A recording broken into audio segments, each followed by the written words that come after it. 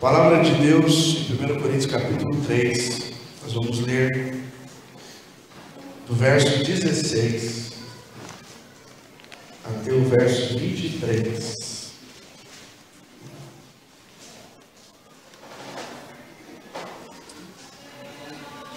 Diz assim a palavra do Senhor: Vocês não sabem que são santuário de Deus e que o Espírito de Deus habita em vocês?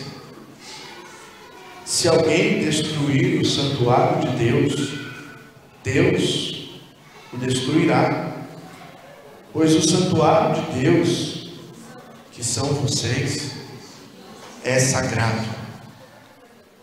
Não se engane. Se algum de vocês pensa que é sábio, segundo os padrões desta era, deve tornar-se louco, para que se torne sábio. Porque a sabedoria deste mundo é loucura aos olhos de Deus, pois está escrito: Ele apanha os sábios na astúcia deles. E também o Senhor conhece o pensamento dos sábios e sabe como são fúteis. Portanto, ninguém se glorie em homens, porque todas as coisas são de vocês.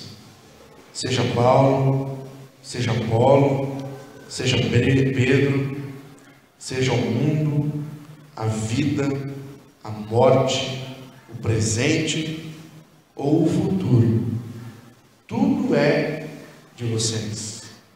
E vocês são de Cristo, e Cristo de Deus. Amém.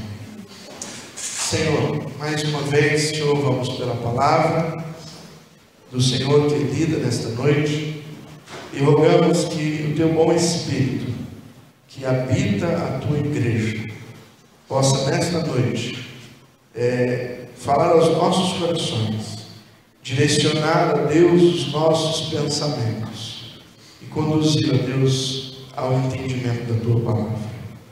Tem misericórdia de nós, abre os nossos olhos para que possamos ver a verdade da tua palavra, em nome de Jesus. Hoje eu quero falar um pouco com vocês sobre somos santuários de Deus. É o texto aí de 1 Coríntios 13, 16 a 23. Quero lembrar que o contexto deste capítulo é Paulo falando à igreja. E o contexto do capítulo 3 é Paulo falando à igreja que sofre com divisão. Paulo está orientando uma igreja que está vivendo um processo onde as pessoas estão muito envolvidas. Vimos a semana passada a respeito do que torna uma igreja dividida. Vimos a questão de que sermos crentes espirituais ou crentes carnais. Os crentes carnais são aqueles que são imaturos, invejosos, causam divisão. E há uma profunda situação, há uma situação muito ruim quando a igreja ela é tomada por esse sentimento de carnalidade. Quando as pessoas deixam se dirigir pelo desejo do coração, quando as pessoas deixam se dirigir por aquilo que pensam, por aquilo que acham, e não pelo que a palavra de Deus é. Quando nós trocamos a referência do que é a palavra pela referência do que os outros dizem, do que os outros pensam. Paulo então vai ser muito duro aqui com os irmãos em Corinto e dizer para eles que se eles fizerem isso, eles estão sendo crentes carnais, que eles naquele dia serão salvos, mas as suas obras, nenhuma delas ficará, porque eles não vão ter nada para apresentar diante de Deus, porque a confiança deles era no seu próprio braço, era na sua própria força. Deus quer nos ensinar, irmãos, a confiarmos cada dia menos em nós e cada dia mais nele. Deus quer que nós troquemos a sabedoria deste mundo pela sua sabedoria. Deus quer que haja nas nossas vidas muito mais importância ao que diz a palavra de Deus do que diz esse ou aquele outro pensador. Se nós entendermos, irmãos, que a palavra de Deus é o único meio de nós entendermos a sua vontade, nós vamos descansar na sua palavra. Se nós entendermos que nós podemos encontrar a vontade de Deus em outro meio, em outra situação, então nós vamos correr grandes riscos, porque em qualquer lugar pode-se estar a verdade, em qualquer lugar pode-se estar a direção de Deus, e quem sabe nós não estamos errados. Então a nossa fé, pelo princípio, é de que a Bíblia que temos em mão é a palavra de Deus. Você crê nisso? Se você crê que a palavra que você tem aí na sua mão é a palavra de Deus, você também deve entender que ela é suficiente para a sua vida. Nós cremos na suficiência das Escrituras. Ou seja, irmãos, Deus não deixou nada ser revelado. Tudo o que Deus queria revelar está revelado na sua palavra. Ela é suficiente para mim. Ela tem que ser suficiente para a nossa igreja. Ela teve que ser suficiente para a igreja de Corinto. E se Jesus Cristo não voltar daqui a 1000 anos, os nossos tataranetos que aqui estarão, com a graça de Deus, a palavra de Deus deverá ser suficiente para eles também. Essa é a fé que nós pregamos. Essa é a fé pela qual os homens de Deus morreram no passado. E muitos ainda, como nós oramos, morrem hoje por causa dessa palavra, nos mundos daí, onde nós temos a igreja perseguida. Eu quero que você pense, Paulo estava orientando esta igreja. Nesses versículos que lemos, quero te fazer uma perguntinha a respeito da igreja. Na igreja que você está, a igreja que você é contado como santuário de Deus.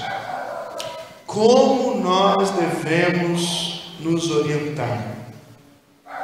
Como nós devemos nos orientar? É muito importante perceber isso.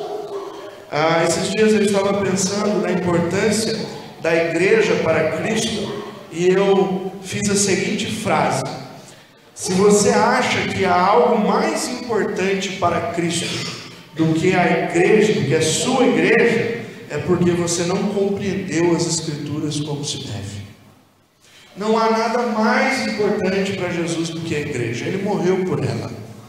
A Bíblia diz que ela é a noiva. Jesus marcou um casamento e tem uma noiva. Sua noiva é a igreja. A palavra de Deus diz que Ele trabalha na igreja para apresentá-la naquele dia santa, perfeita, sem ruga, nem mácula, nem deficiência alguma. O Espírito Santo de Deus foi dado para estar na igreja. Não existe nada mais importante para o Senhor Jesus do que a sua igreja. Quando Ele foi revelar as coisas dos últimos dias, Ele escreveu para 7 igrejas, para revelar a elas as coisas que aconteceriam. Ele deu a sua palavra para a igreja. Ele diz na sua palavra que nós, a sua igreja, somos lavados e limpos pela palavra. Deus ama a sua igreja e Ele nos chama de santuários de Deus. Nós temos uma ideia de santuário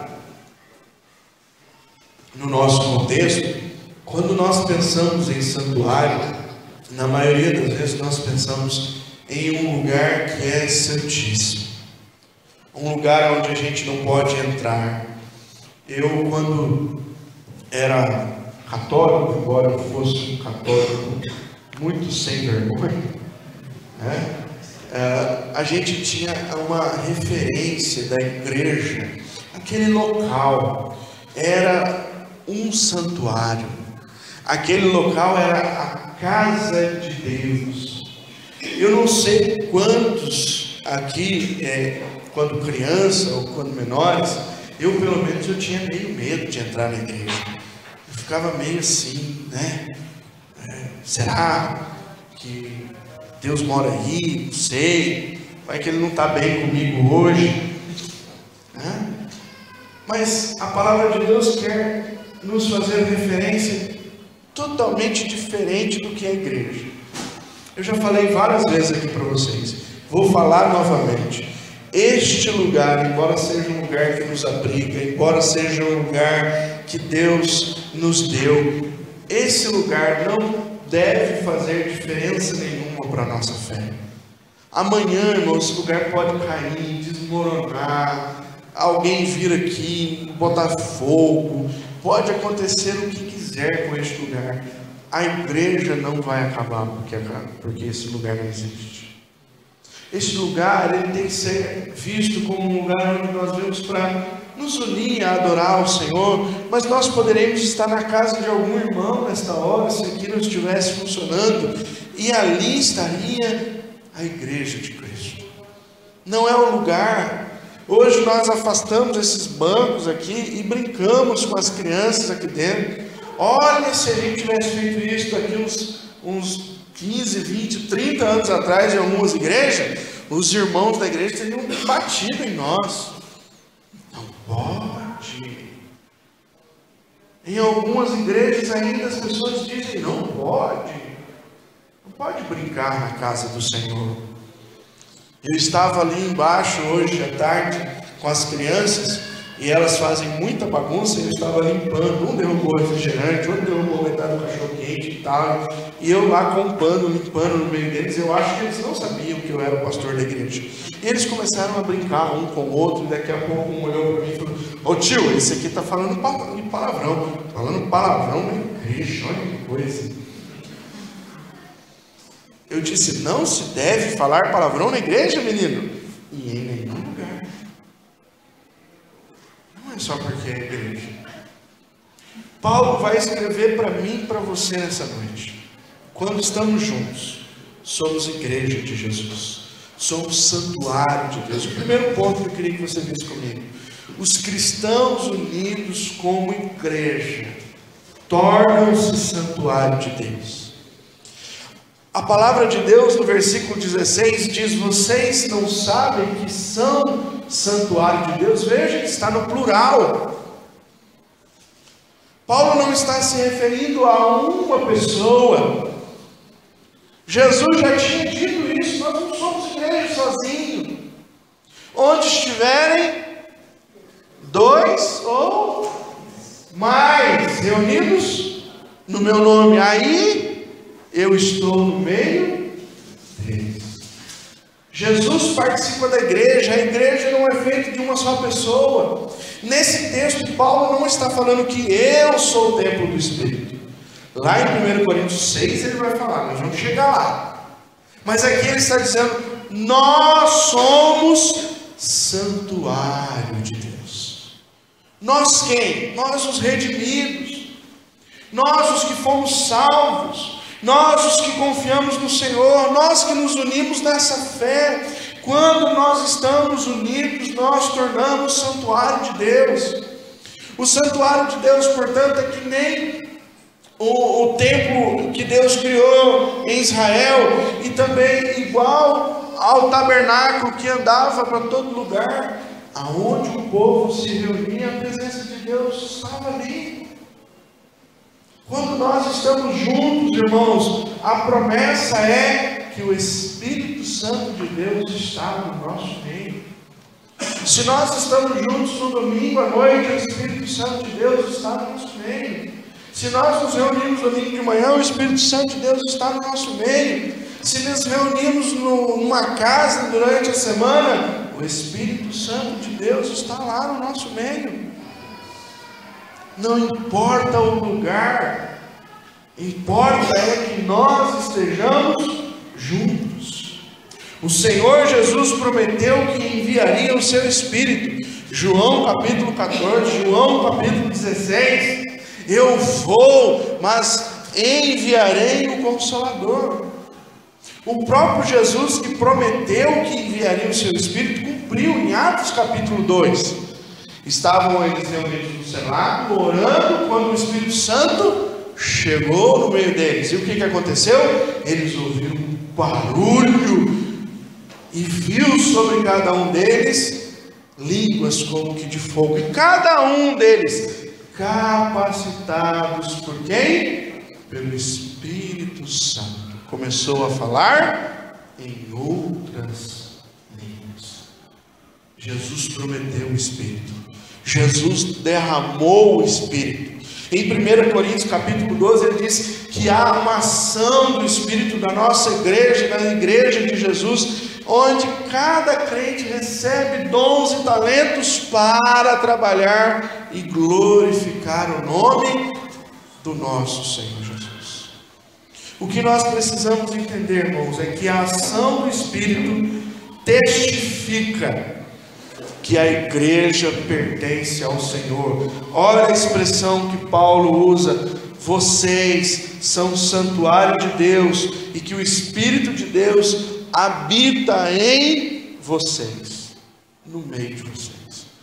Quando isso acontece, há a testificação de que essa igreja é a igreja do Senhor Jesus. Somos santuário de Deus. Quando estamos juntos, quando estamos reunidos, nesta noite somos santuários de Deus. É agora que o Espírito Santo de Deus está presente na sua igreja, quando a igreja está unida para glorificar, quando a igreja está unida para celebrar o seu nome, quando a igreja está unida para entoar cânticos de adoração, quando a igreja está unida para orar. É neste momento em que se pode ver o santuário de Deus na terra. Que maravilha! Você já pensou nisso? Que se nós pudéssemos olhar aqui espiritualmente, neste momento, está acontecendo coisas diferentes porque nós estamos reunidos. Se nós pudéssemos olhar aqui, nós veríamos a mesma expressão de que os homens veriam lá no tabernáculo, quando o povo de Deus se reunia, porque a presença de Deus estava naquele lugar. Quando nós nos reunimos, irmãos, Deus se torna presente neste ambiente. Louvado seja o nome do Senhor. Isso é dizer que nós unidos somos santuários de Deus. Mas Paulo diz uma coisa muito difícil aqui. No versículo 17 ele diz que nós, os cristãos, como igreja, somos alvos dos destruidores. Quando nós estamos unidos, nós somos o templo de Deus, nós somos o santuário de Deus. As pessoas aí fora estão vendo um povo que adora a Deus. O mundo espiritual está olhando para nós como um povo onde a presença de Deus está. Mas há também aqueles que estão no meio da igreja com outro objetivo. Eles querem destruir a igreja. Versículo 17, Paulo diz: se alguém destruir o santuário de Deus, Deus o destruirá. Pois o santuário de Deus, que são vocês. E é interessante que ele fala no plural e termina no singular. É sagrado. Porque ao mesmo tempo que nós somos na pluralidade do santuário de Deus, a igreja do Senhor é uma só. Por isso, essa é sagrada. A igreja que os homens olham, essa não é sagrada. Nós podemos olhar a igreja e ver erros e mais erros. Nós podemos contemplar erros dentro da nossa igreja. Nós podemos olhar na igreja do vizinho e achar erros lá. Nós podemos ir na igreja da esquina do outro país e nós vamos ver erros lá. Nós vamos ver imperfeição em todo lugar. Mas a igreja espiritual, a igreja de Jesus, que está se tornando perfeita, para se encontrar com Ele nos ares, essa igreja que Deus ela é alvo daqueles que querem destruí-la. Aqueles que querem dividir a igreja são estes que Jesus chama de destruidores. Paulo está falando isso. E deixa só eu espantar um pouquinho mais vocês. Neste momento, Paulo não está falando de destruidores lá fora. Paulo está falando de destruidores dentro da igreja. Paulo não está dizendo que virão lá fora e irão entrar na igreja e irão destruir a igreja. Paulo não estaria aqui se referindo aos extremistas muçulmanos. Paulo não estaria aqui se referindo a doutrinas que vêm de outras seitas para destruir a igreja. Paulo está se referindo de pessoas dentro da igreja que querem destruí-las, que entram no meio, que se parecem com os cristãos, que se fazem ver como os cristãos, mas que não são cristãos. Paulo não está falando aqui de cristãos que têm opinião contrária um do outro. Paulo não está dizendo aqui de diferença de gosto entre os crentes. Paulo não está falando aqui daquelas brigas bobas que existem no meio evangélico e em qualquer outra comunidade. Qual é a cor da cortina que a gente vai pôr, né? Aí metade que é verde, outro azul, outro rosa, outro marrom, outro meio dark preto, e fica aquela que zumba, e todo mundo quer a sua vontade, né? E aí quando a vontade do outro é feita a minha não, eu fico chateado, mas depois passa, eu aguento a cor de rosa lá, vai fazer o quê, né? Paulo não está dizendo disso. Paulo está dizendo de pessoas que entram da igreja, que vivem a igreja, mas que no momento em que podem, elas desejam destruir a igreja. Elas têm vontade de destruir. Elas querem ver o irmão cair.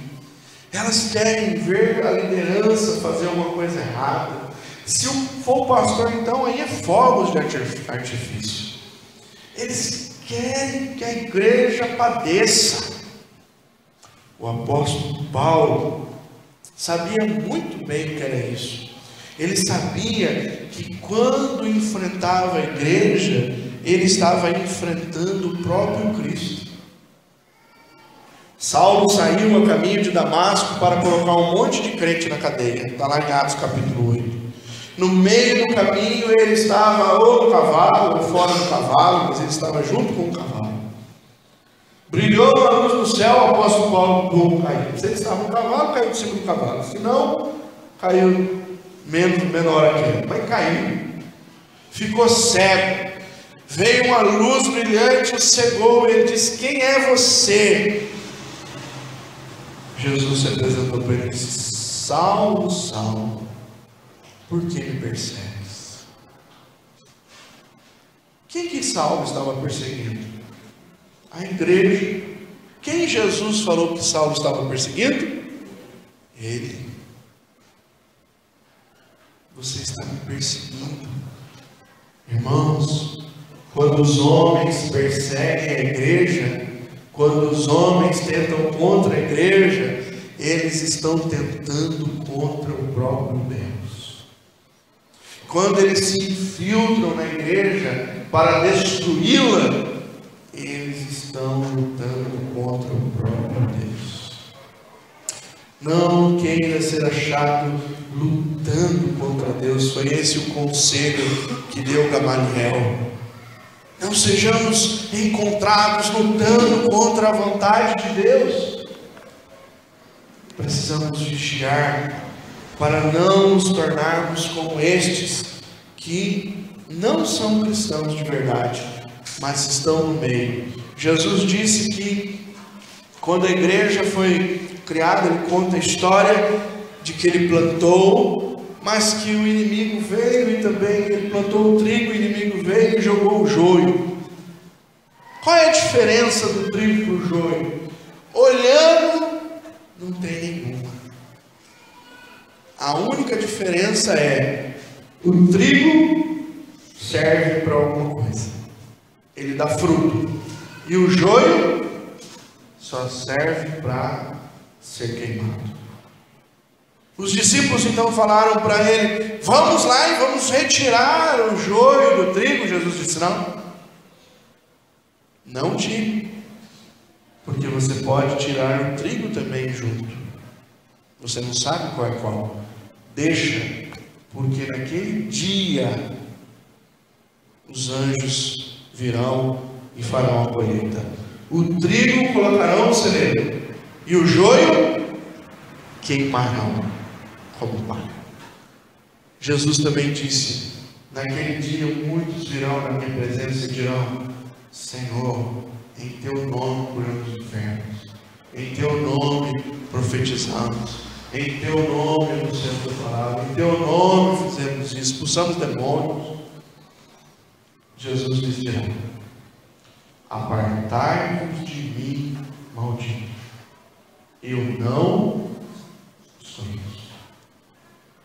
Há certamente muitos no meio da igreja que se parecem com cristãos, mas eles estão ali com um objetivo totalmente diferente.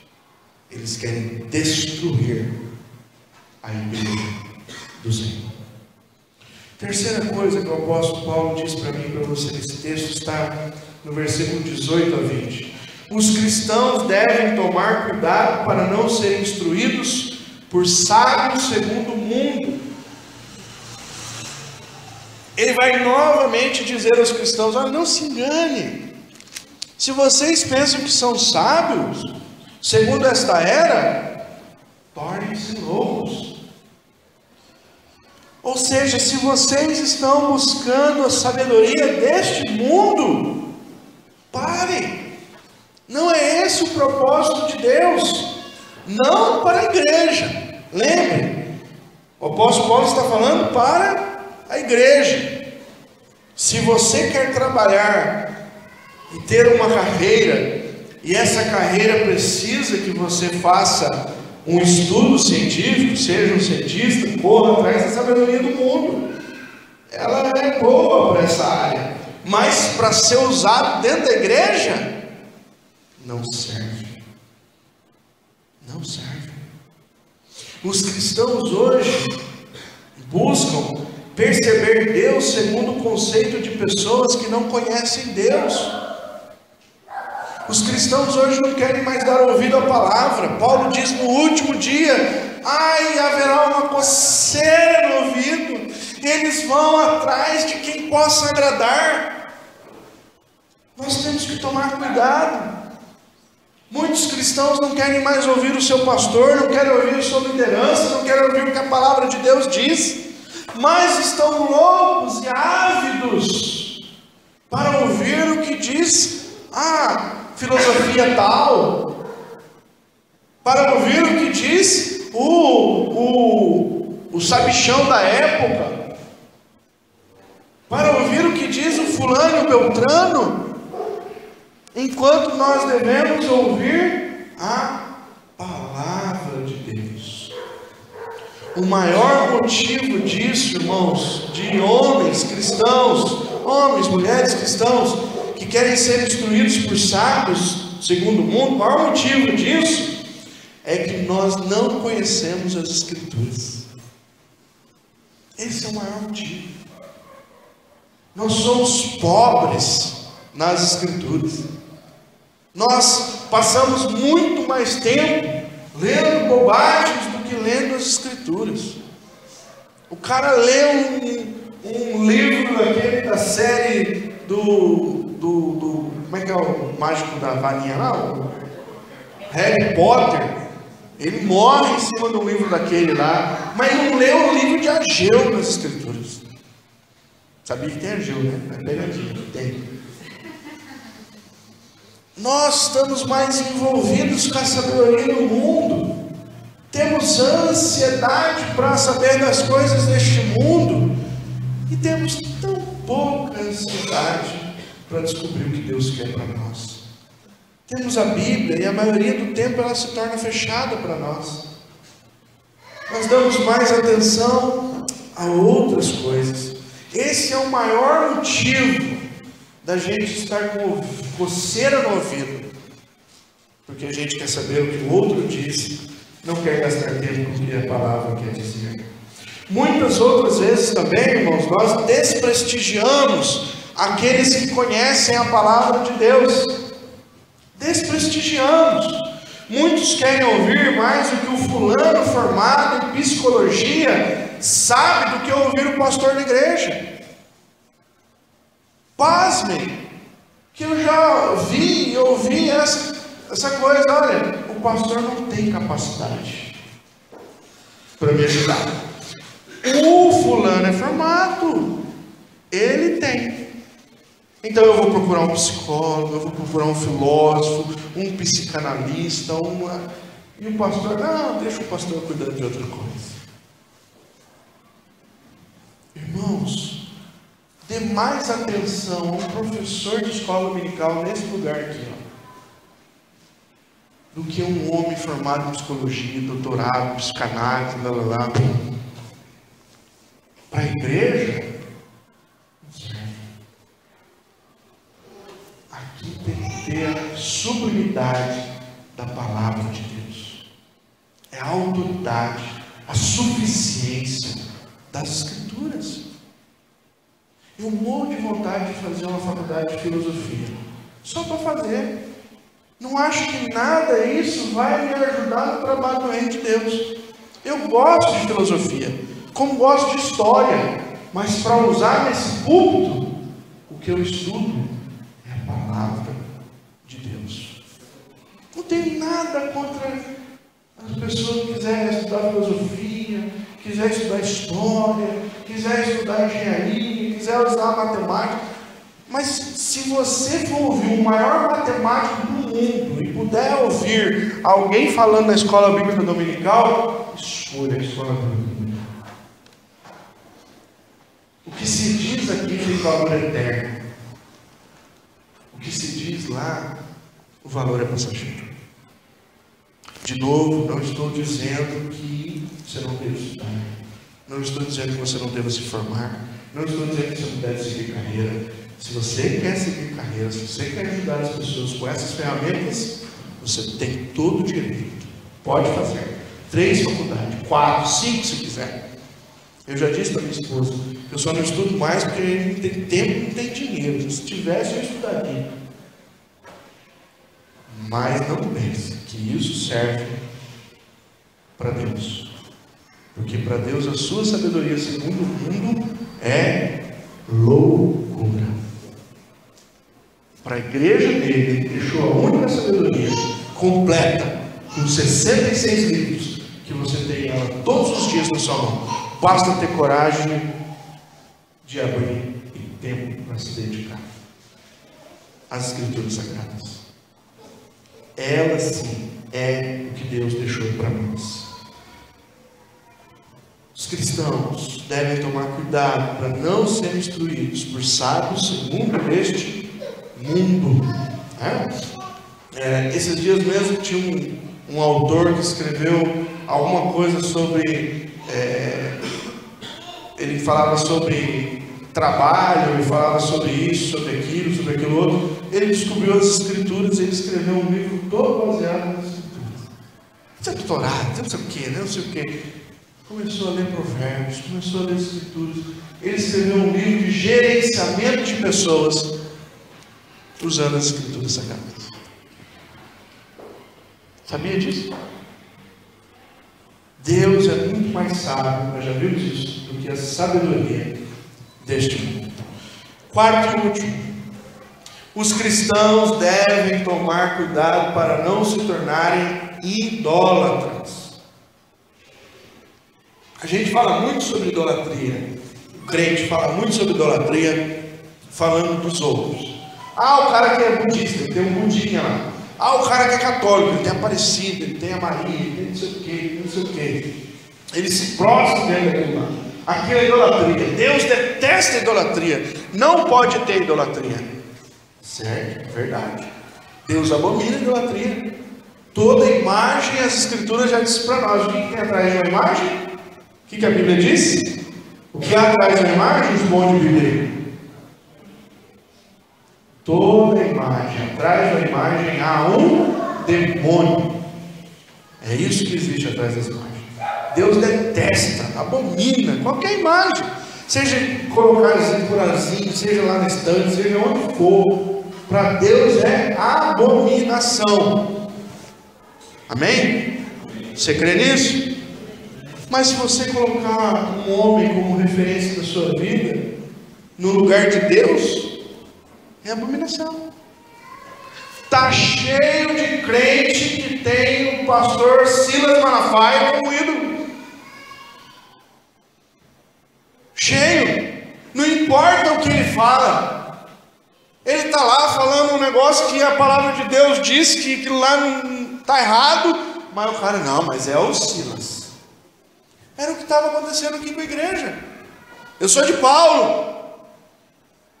Eu sou da Apolo. Eu sou de Pedro. Paulo vai dizer do versículo 21 em diante, no versículo 21 a 23. Portanto, ninguém se glorie em homens, porque todas as coisas são de vocês. Seja Paulo, seja Apolo, seja Pedro, seja o mundo, seja a vida, a morte. Não se glorie nessas coisas. Não se glorie em nenhum homem. Não se glorie. Não baseie a tua fé em mim, que sou pastor dessa igreja. Não baseie. Se eu não pregar aqui as escrituras, me repreenda. Se você ouvir de outro pastor que não é segundo as escrituras, repreenda-o. O apóstolo Paulo certa vez conta lá em Gálatas, ele repreendeu o apóstolo Pedro, porque o apóstolo Pedro estava fazendo coisas que não devia. Repreendeu. Queridos irmãos, a nossa fé não pode estar baseada em homens. Esses dias eu vi uma imagem que me chocou, me deixou apavorado. Eu acho que eu já citei aqui, uma igreja nova. Eu achava que a coisa pior que estava acontecendo era a igreja mundial do poder de Deus. Eu achava, tolo eu. Porque já tem uma outra de uma mulher que passa aí no canal aberto, não sei das quantas. Eu vi uma cena dessa mulher sentada com os pés descalços, o povo fazendo fila para tocar no pé daquela unha cravada daquela mulher, gente. E tem um vídeo lá, uma senhorinha, né, que foi tocar no pé dela, e acho que a senhorinha queria falar alguma coisa com ela, coitada da senhora, né? E querendo falar, ela disse, não, agora não é hora não, meu filho, deixa o dinheiro aí, toca e vai. Eu disse, meu Deus, eu não acredito que eu estou vendo uma barbaridade dessa.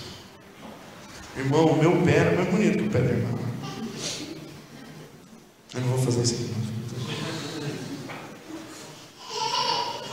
Está cheio de crente idólatra, irmão. Cheio. E o crente parece que quando ele se torna idólatra, ele fica mais idólatra do que o católico. Porque o católico ainda põe a referência no santo. O crente idólatra, qualquer coisa para ele serve. Se falar para ele que a folha de figueira da figueira que Jesus orou embaixo dela no Getsemane, ele compra. Se falar para ele que a água que o cara encheu aqui na torneira é de Israel, ele vai.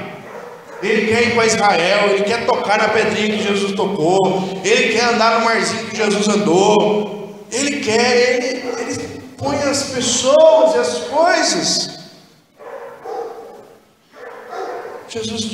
O apóstolo Paulo terminando dizendo assim, ó, irmãos, tudo é de vocês. O Paulo é de vocês, o Pedro é de vocês, o apóstolo é de vocês. Ele já tinha falado isso. Por que ele é nosso? Eles são servos. Eles são servos da igreja. Pastor Edilson, o que é o pastor Edilson na igreja do Evangelho de Edilson? Ele tem que ser o servo só. E depois que fizer tudo, o pastor Edilson tem que receber uma coroa bem grande, aplausos. Não. Tem que reconhecer que não fez nada mais do que a sua obrigação. Homens que nós vemos aí hoje nas igrejas esperando aplausos, reconhecimento. Não foi para isso que Deus chamou os apóstolos, e eles sabiam disso. Tudo, a palavra de Deus diz, tudo nos pertence, no sentido, o mundo nos pertence, a vida nos pertence, a morte nos pertence, o futuro, o passado. O que Paulo está querendo dizer? Irmãos, tudo isso que nós vivemos está rendido diante de nós. Jesus rendeu essas coisas para nós. Nós fazemos uso das coisas. As pessoas que nos servem, Deus colocou elas para nos servirem. Não são dignas da nossa bajulação e adoração, não merecem isso, não devem ser tratadas desta maneira. Deus manda honrar os líderes, honrar, não bajular e não ter como uma idolatria, isso jamais. Mas sabe por que Paulo diz isso? Porque ele vai dizer assim, ó, tudo é de vocês. Aí eu acho que quando a gente lê isso aqui, a gente fala, ó, que maravilha, hein? Tudo é nosso.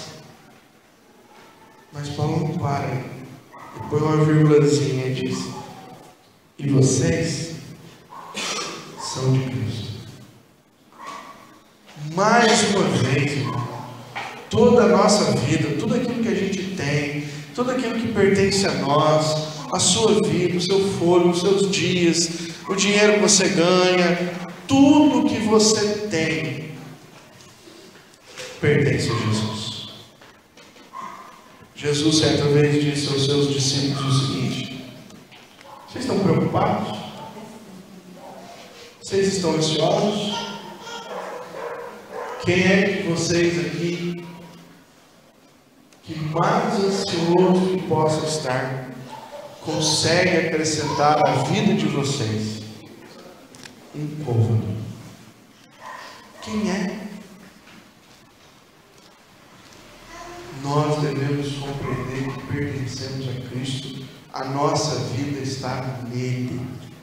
Paulo escreveu que nós estamos escondidos em Cristo. E aí ele põe uma outra vírgula e diz, e Cristo pertence a Deus. Ou seja, no final de todas as coisas, irmãos, tudo pertence ao Senhor. Tudo.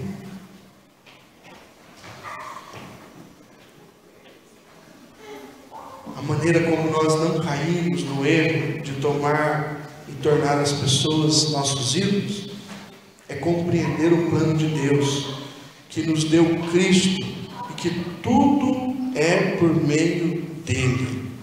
Tudo. Paulo escrevendo aos Colossenses diz, ele é a imagem do Deus invisível. Todas as coisas foram criadas por ele, por meio dele. Eu não pertenço a mais ninguém neste mundo. Eu pertenço a Jesus Cristo. Vocês não pertencem a mais ninguém neste mundo. Vocês são santuário de Deus. A nossa visão do mundo, queridos, precisa mudar. Nós precisamos aprender a olhar quem de fato nós somos neste mundo, para não agirmos de maneira errada, para não vivermos de maneira errada. Quando nós entendermos isso, nós vamos então cumprir o desígnio de Deus para as nossas vidas. Se lembre, irmãos, os cristãos unidos como igreja de Cristo tornam-se santuário de Deus. Você não pode ser um cristão sozinho. Para ser santuário de Deus, você precisa estar unido com outros cristãos. Os cristãos como igreja são alvos dos destruidores. Essa igreja aqui é alvo dos destruidores.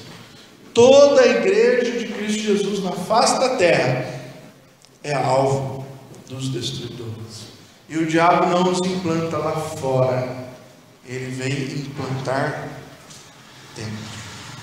Se lembre, todos nós cristãos devemos tomar cuidado para não sermos instruídos por sábios segundo este mundo. O maior sábio que já existiu chama-se Jesus Cristo. E Ele te deu tudo aquilo que você precisa para você ser sábio segundo Deus. Quarto e último, lembre-se, os cristãos devem tomar cuidado para não se tornarem idólatras. Idólatras. Vocês são de Cristo. Todo o resto foi deixado por Cristo para a igreja. Não adore ninguém. Absolutamente ninguém.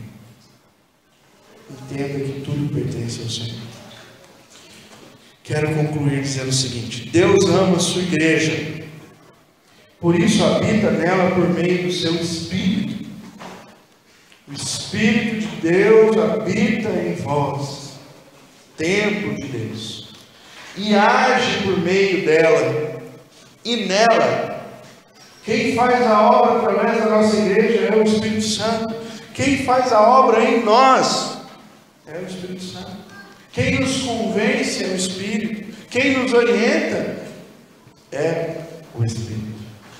E mais, lembre-se, Deus vai destruir aqueles que desejam destruir os filhos. É pesado, mas é verdade. Deus tem ciúmes da igreja. E quando alguém quer destruir a igreja, Deus também quer destruir essa pessoa. Se você compreende, crê que você é santuário de Deus, glorifique a Deus por isso, porque foi Ele que te fez, através da esperança salvadora em nosso Senhor Jesus Cristo. Amém? Saia daqui entendendo que você é santuário de Deus, que a sua posição neste mundo é muito mais do que um simples habitante. Você é a igreja de Deus, faz parte dela.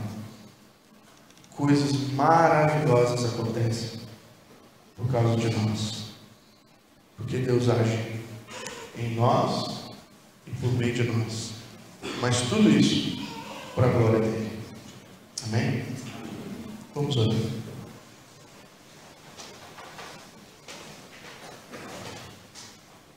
Obrigado, Senhor, porque somos a tua igreja. Tua palavra diz que o Senhor nos comprou por precioso sangue. Não pertencemos ao Senhor por nossos esforços, pertencemos ao Senhor porque cremos. Não pertencemos ao Senhor por causa da nossa força, pertencemos ao Senhor por causa da tua força. Rogamos a Deus as tuas misericórdias sobre nós.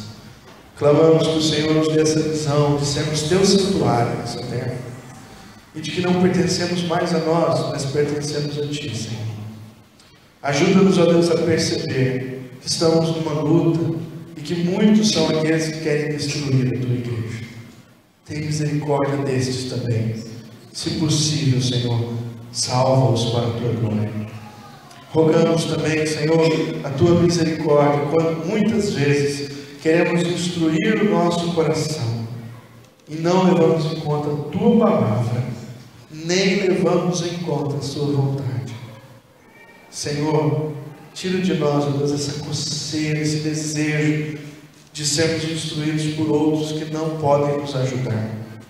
Nos dá sede e fome da tua palavra, Senhor. Ela é suficiente para nós. Meu Pai, tem misericórdia de nós, ó Deus, porque nós também corremos o risco de sermos idólatras, de colocarmos no nosso coração pessoas no lugar do Senhor, líderes, Senhor, coisas que roubam a nossa fé genuína na pessoa bendita do teu Filho Jesus. Clamamos assim, ó Deus, a tua ajuda em nome de Jesus. Amém. Amém. Que Deus nos abençoe.